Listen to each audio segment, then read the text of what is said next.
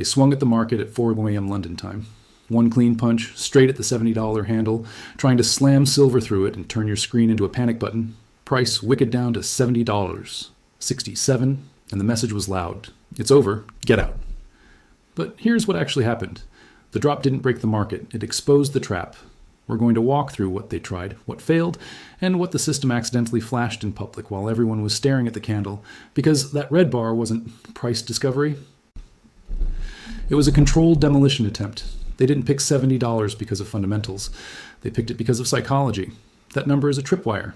It's where stop-loss clusters sit like dry leaves.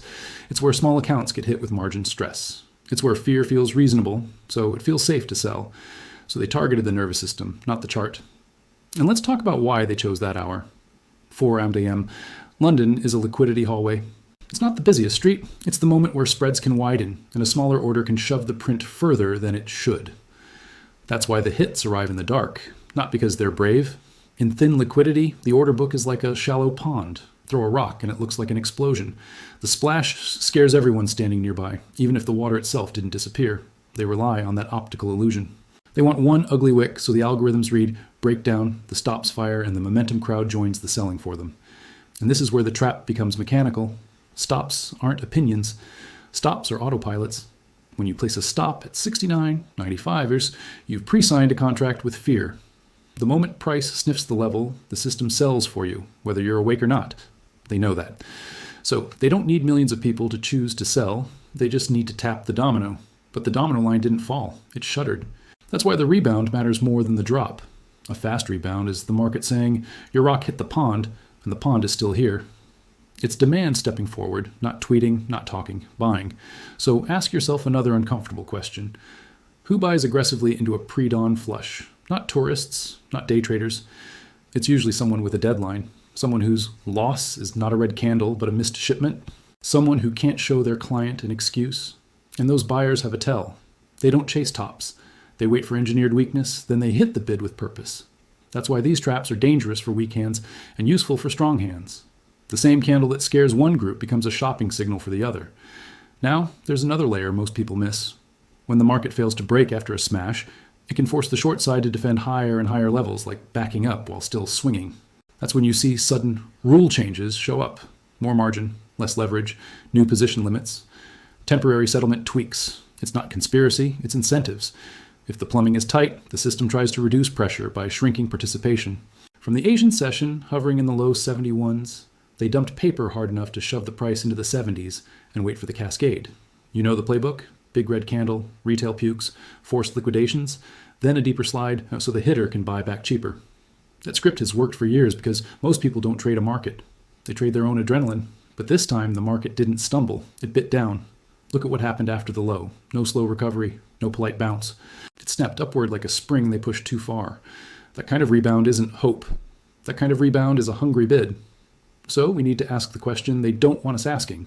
If that dump was real selling, why did it get absorbed instantly?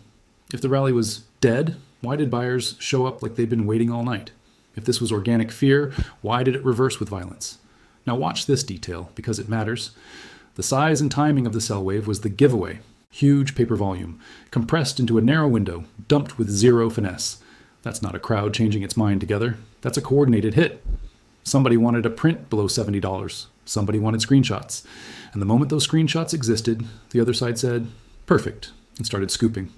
Not with vibes, with scale, not with emotion, with scheduling. The buyers that matter don't buy because the candle looks pretty. They buy because they have a procurement calendar and a delivery obligation. They buy because the spreadsheet says the metal must show up, not because social media feels bullish. By the time most people woke up, doom scrolled the chart and felt that gut sink at $70.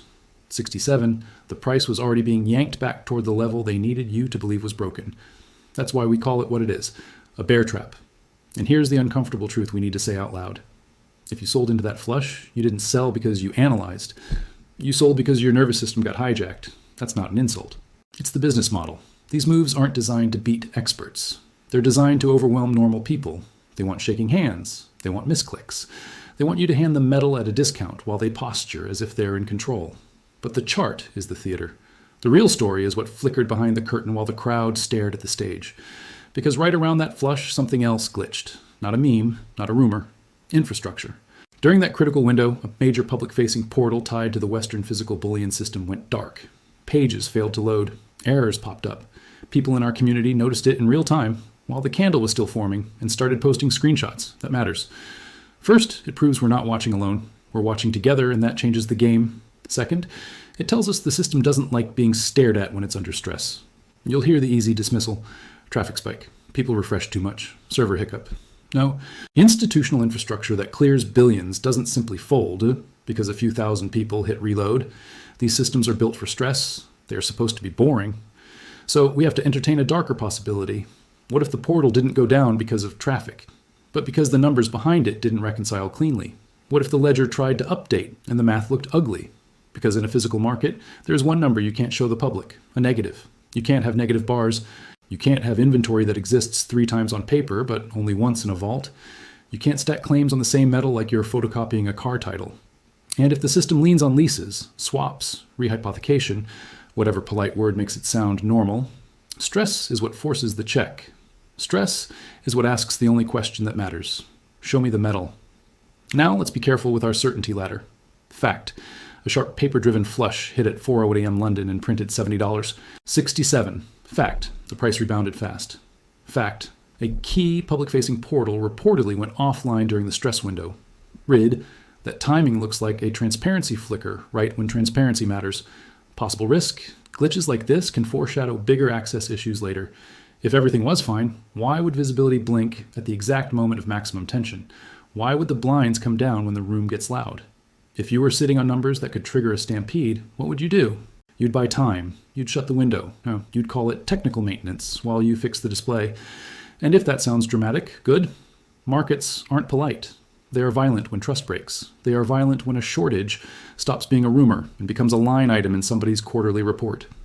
While London was blinking, another signal came in from the physical lane. Small retail shipments out of Australia started getting blocked at export. Let that land. Not a refinery to refinery bulk transfer, not a container ship reroute. Small retail packages, coins, bars, orders regular people make, held up. In a normal world, you call it a delay. In a tightening world, you treat it like a policy trigger. Customs doesn't personally review every parcel like an old post office clerk. Customs runs software. Software follows rules. So if small shipments are suddenly getting flagged, we have to consider someone toggled a switch. That's what resource control looks like when it starts quietly. No speeches, no emergency press conferences, just friction, then throttling, then a stop. And sure, one country slowing exports doesn't end the market. Metal can reroute if the pipes are wide open. But what happens when multiple choke points tighten at the same time? Australia produces, Switzerland refines, London warehouses and clears. When those lanes get sticky, the supply chain stops behaving like a river and starts behaving like a dam. And dams don't leak politely, they hold, and then they fail. The big mistake most people make is they watch silver like it's a stock. They think it's a mood ring. They think sentiment is the driver. But silver right now isn't a story asset. It's a plumbing asset. It's flow, it's delivery, it's can you actually get it where it needs to go on time? When the plumbing gets tight, the paper chart becomes noise. Availability becomes the headline. Now, right here, the same argument always crawls out of the comments. Okay, but price can't go that high. At $200, industry stops. Solar can't afford it. Manufacturers will switch materials. Parts of that sound logical until contract reality kicks the door in. Let's do it the smart way. Define the metric in one line. Input cost is the cost of a critical material inside a finished product. Why it matters. If it spikes, it crushes margins. Apply it here. Solar panels use silver paste as a conductor, and modern performance depends on that layer. Fact. You can't mass produce today's high-efficiency panels at scale without a conductive paste that performs like silver. Read. As silver gets more expensive, panel margins get squeezed. That's real. But here's the twist. Industry doesn't buy based on what it wants to pay. Industry buys based on what it must pay to avoid default. Default is the word that turns pricing into survival. Think about how projects actually work. Manufacturers sign delivery schedules. Developers line up financing. Utilities commit timelines. Governments write tenders. Miss the date, and you don't just lose revenue. You trigger penalties. You trigger lawsuits. You trigger covenants. You trigger a reputation crater that kills next year's orders. So the decision stops being, is silver expensive? And becomes, which choice kills us slower? Option 1, refuse to buy, miss delivery, eat penalties, risk bankruptcy. Option 2, pay the market, deliver at a loss, and live long enough to renegotiate later. Most executives choose oxygen. They pay the ransom. That's what inelastic demand looks like in the real world. It doesn't disappear smoothly. It holds until something snaps. And before it snaps, it bids insane prices to keep the machine running. So when people say price can't go there, we answer, price can go wherever it must go when supply is tight and obligations are non-negotiable. Now put the signals back on the table. A pre-dawn paper flush failed to trigger a cascade. A major public-facing portal blinked right at the stress window. Physical shipments reportedly hit friction at export. 3 signals stacked. When signals stack, we don't scream. We measure. If they couldn't hold $70 down with a full force hit, what does that say about the real bid underneath? If inventories were comfortable, why would transparency flicker under pressure? If metal was abundant, why would borders start getting sticky on tiny shipments? And here's the part that should make your skin crawl. The next phase might not be about price at all. It might be about access, because shortages don't always announce themselves with a $200 print. Often, you don't wake up to a big number. You wake up to out of stock. You wake up to delivery delayed. You wake up to allocation priority. You wake up to verification required. By the time the chart confirms the move, availability is already gone. That's the sequence. Friction first, scarcity second, price last. Now, we're not here to tell you what to do with your money. This is educational. We manage risk. But we are here to ask the obvious questions together.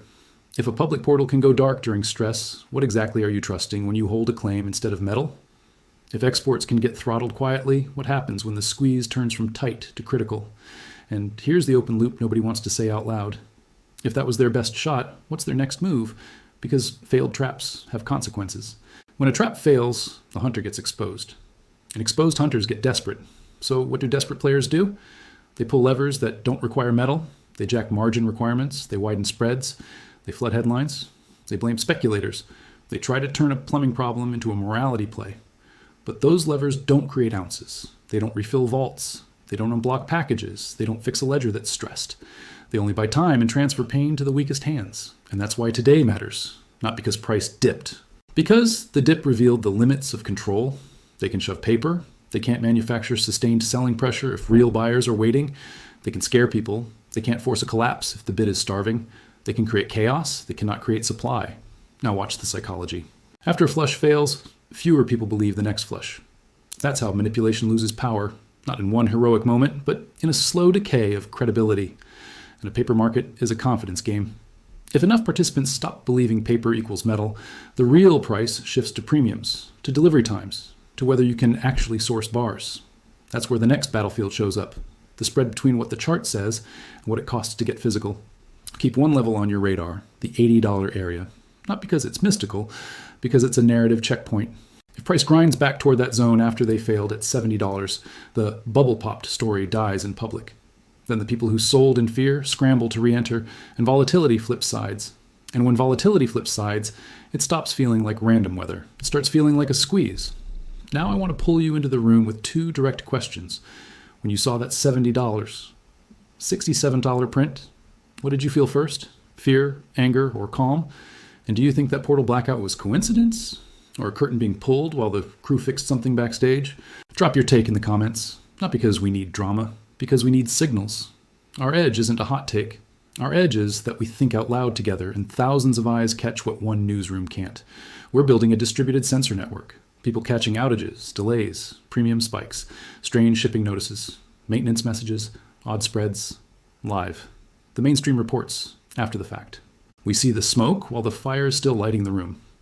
Now, here's the lens that keeps your head clear when they try to spin you. Fact, paper selling can move price fast. Fact, physical demand can absorb shocks when it's real. Read, the faster the rebound, the shallower the pool likely is on the offer side. Possible risk, they come back again, bigger, uglier, designed to exhaust you into selling just to make the nausea stop. So we do what we always do. We don't panic. We don't chase candles. We watch what actually matters. Dealer premiums, delivery times, exchange behavior, repeated maintenance, shipping friction, and any quiet policy changes that show up as delays. Because those are the fingerprints of a tightening market. And the fingerprints are starting to appear. Now, one more open loop, and then we lean forward. If a key portal can blink in one stress window, what happens in the next one? Do they change reporting rules? Delay updates? Publish adjusted numbers that magically make the ledger look clean? Those aren't price questions. Those are governance questions.